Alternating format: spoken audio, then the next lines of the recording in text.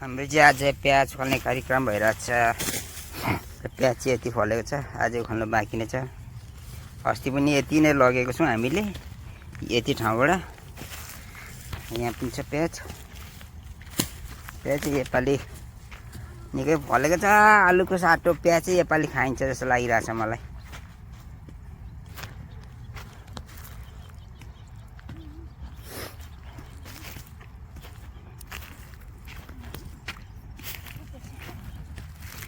अझै छ खल्नु बाँकी। आज चाहिँ सबैजना भएर आएको हामी, सबैजना घरको परिवार, जेठा छोरा अनि उसको दिदी यहाँ छ, जेठी दिदी।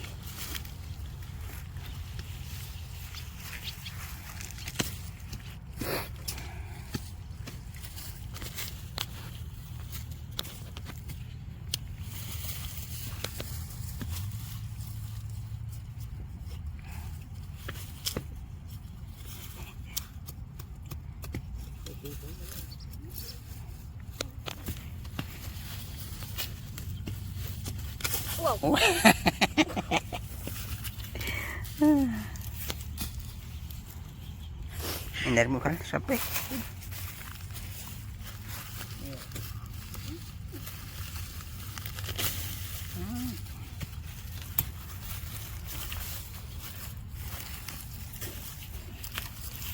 प्याज फलेछ नि नानी निकै।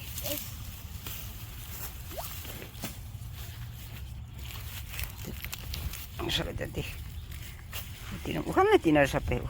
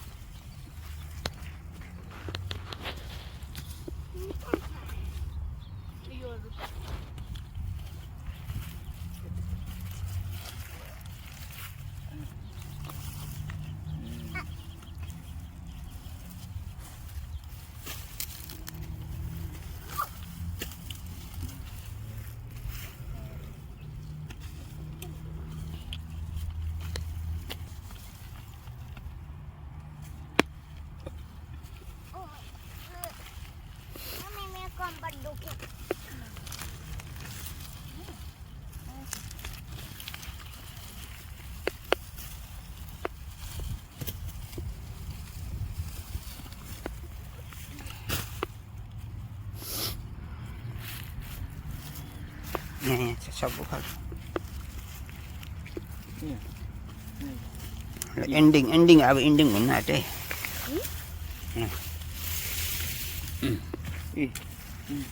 ल एन्डिङ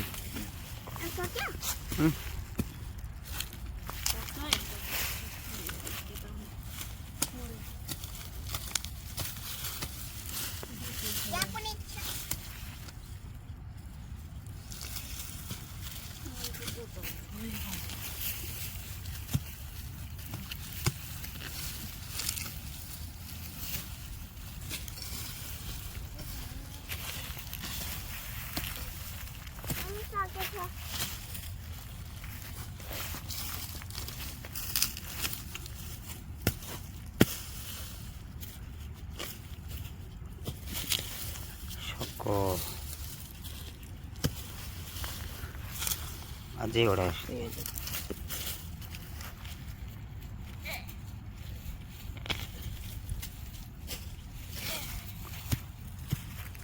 ल अब हाम्रो प्याज कति भएछ अब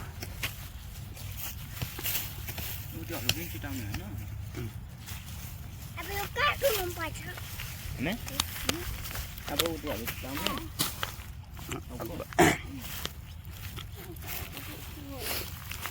अनि मेरो टाउको दुख्यो शीतलमा बस भनेको त्यही त टोपी लगाउनु के भएको छ पिरामै बस्दै अब अहिले यसो फेदमा हैन नानी म सिकाउँछु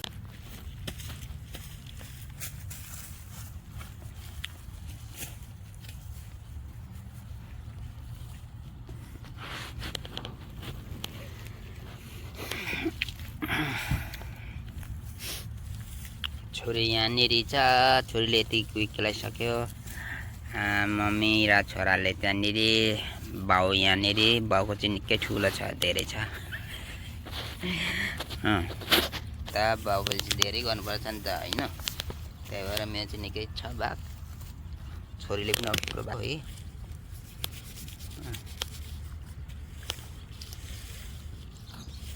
सानैदेखि सिक्नु पर्छ यसरी किसान गर्नु अनि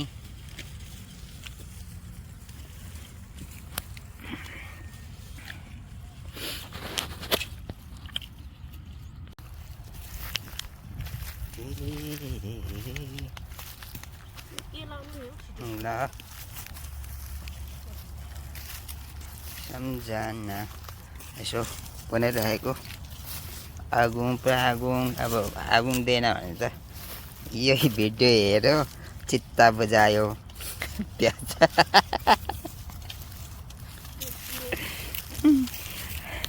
आगुङ बारी दिएन भने चाहिँ यही प्याजको भिडियो हेऱ्यो चित्ता बुझा अनि किन खायो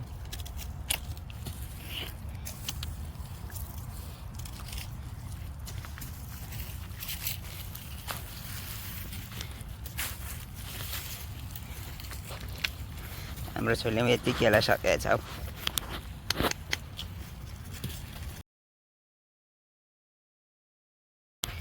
हाम्रो चाहिँ प्याज कति यति भयो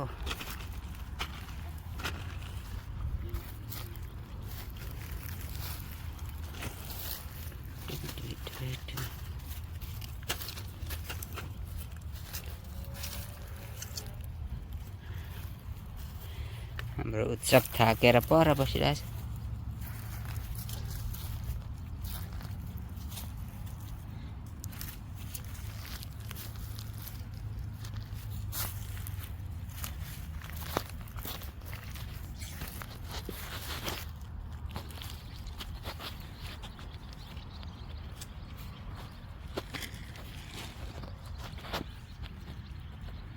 प्याज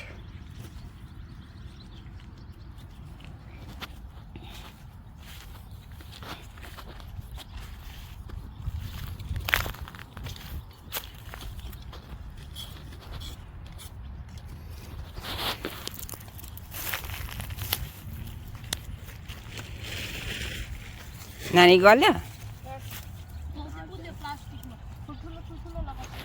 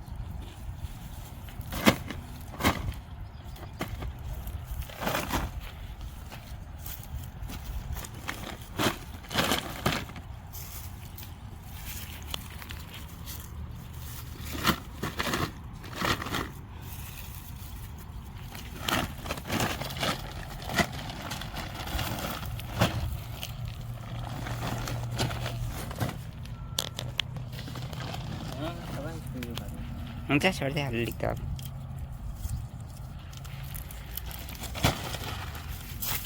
अब भेटेको कैँचीले काट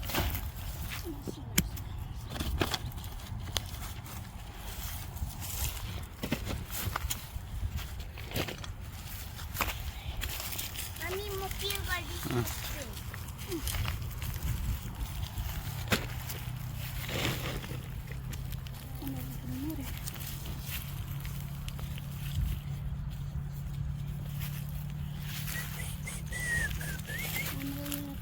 बोराहरू कहाँ कहाँ पुऱ्याइदिइहाल्छ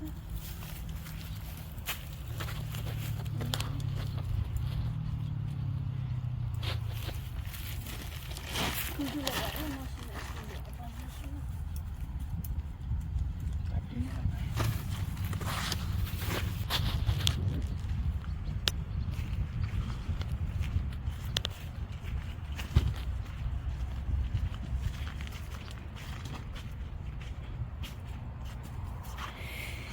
अब चाहिँ हाम्रो बारीको जति पनि फलेको कुराहरू अब हामी चाहिँ उठाउँदै जाँदैछौँ बिस्तारी बिस्तारी। अब अस्ति आलु उठाइयो, योपालि प्याज होइन, प्याज त 2 चोटि 3 चोटि भयो उठाएको। आज चाहिँ अन्तिम मैजार हो यो चाहिँ प्याजको उठाउने कार्यक्रम। अनि अब अझै छ खोर्सानी त कति चोटि उठायो अब छ अझै पनि फल्नु बाँकी नै छ। टमाटरहरू पनि छ अनि बैगुनहरू पनि फलिरहेछ। यो कसको काम परेको के बाउचैको हो किच्चे छ मलाई के थाहा। नानीले अघि टिपेर राखेको त आँखा त देख्दैन क्या मैले हो कि दादाले हो मलाई थाहा भएन। अब यो फर्सीहरू टल्नै छ।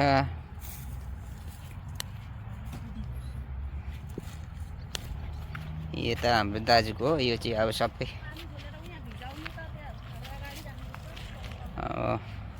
कहाँ ल अब आज खुकुरी ल्याएको थियो भने चाहिँ काट्ने चाहिँ यो सबै लहरा सरा काटकुट पारेर हालिन्थ्यो। फर्सीहरू त टन्नै छ।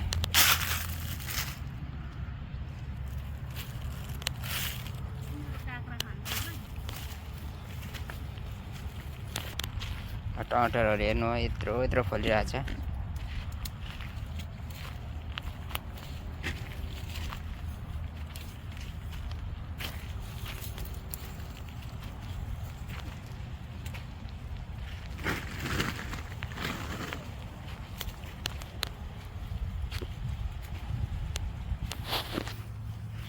यहाँ चाहिँ अब हरेक कुरा बालीहरू लाउँदाखेरि चाहिँ मल बिना चाहिँ यहाँ केही हुँदैन होइन।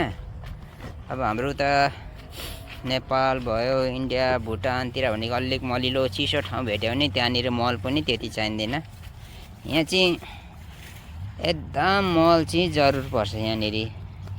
यो जति पनि तपाईँहरूले यो देख्दै हुनुहुन्छ नि, यो टमाटर यत्रो फलेको यो सबै मलको चमत्कार हो यहाँनिर। तर उहाँको जस्तो त्यो उयोहरू चाहिँ लाउँदैन, जस्तै के भन्छ चिनी जस्तो हो यस्तो मल चाहिँ लाउँदैन यहाँनिर। यहाँ चाहिँ बोरामा गाईको मलहरू प्याक गरेको हुन्छ त्यस्तोहरू पाउँछ। त्यो मल एउटा बोराको $4, $3, $5 यस्तो हुन्छ।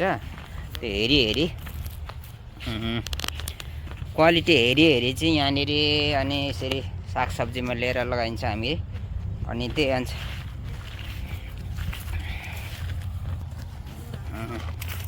हाम्रो पनि यो जति पनि यति मजाले यहाँ फलिरहेको तपाईँहरूले देख्नु भएको छ, यो सबै हामीले चाहिँ अब मल लगाएर नै यसरी उन्नति गरेको हो। यो प्याजहरू भयो, यो खोर्सानीहरू होइन, सबै यो चाहिँ यहाँको मलले नै हो। युरिया मल अघि मैले भन्नु बिर्सेँ, युरिया मल चाहिँ होइन, यहाँनिर युरिया मल चाहिँ पाउँदैन। यहाँ चाहिँ कस्तो हुन्छ भने यहाँनिर एउटा झोल मल पाउँछ। यो खोर्सानीमा चाहिँ त्यो लगाएको झोल मल, त्यो चाहिँ कस्तो हुन्छ भने एउटा बोतलमा हुन्छ। बोतल भन्दा पनि जर्किन ग्लेनमा हुन्छ। अनि त्यो ग्लेन किनेर ल्यायो अनि त्यसमा पानी फिटेर लाउनुपर्छ। अनि त्यो चाहिँ कस्तो माछै गनाउँछ मसै, त्यो चाहिँ मलाई लाग्छ माछाकै बनाएको होला जस्तो लाग्छ मलाई। ए माछाकै अरे, फिस फर्टिलाइजर माछाबाट बनाएको। काँक्रा खाँदैछ।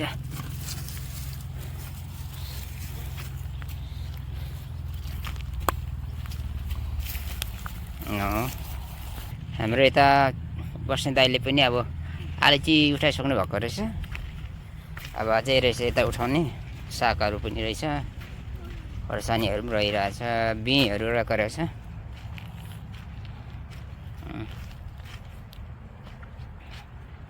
यहाँ चाहिँ आलु रोपेको थियो हाम्रो तिवारी बस्ने दाइले। आलु चाहिँ उठाइसकेछ यहाँनिर। अब यतापट्टि हाम्रो तिवारी दाइको पनि छ, खोर्सानीहरू चाहिँ उठाएको रहेन, पाकेको रहेनछ हाम्रो तिवारी दाइको। यतापट्टि चाहिँ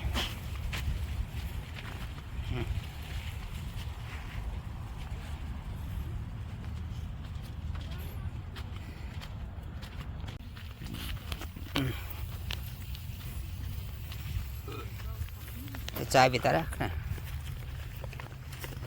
त्यो मम्मीलाई दे चाबी गोजीमा राख।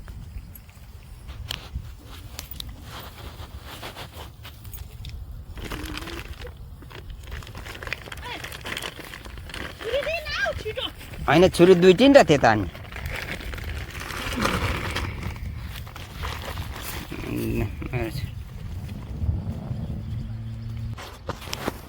तीन बोरा ल्याइयो।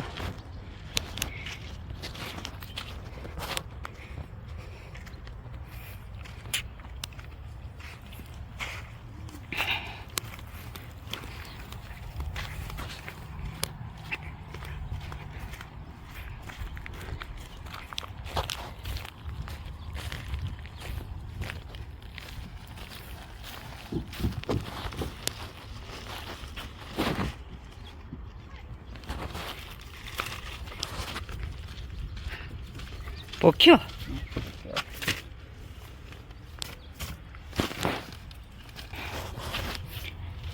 खुला राख्नु हुँदैन।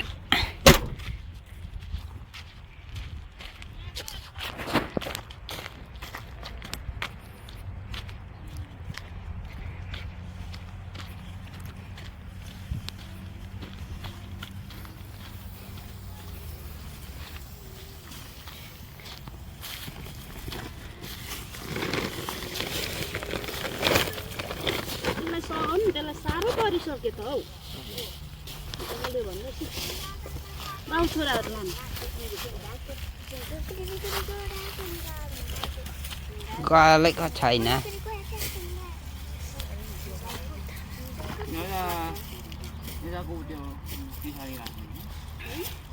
आँट्छ त छोरा त्यहाँनिर आँट्छ।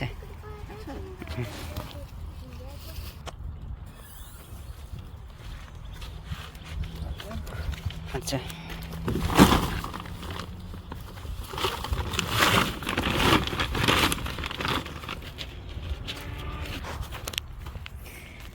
खैरीहरूले यसरी बारीमा फुलहरू रोप्छ।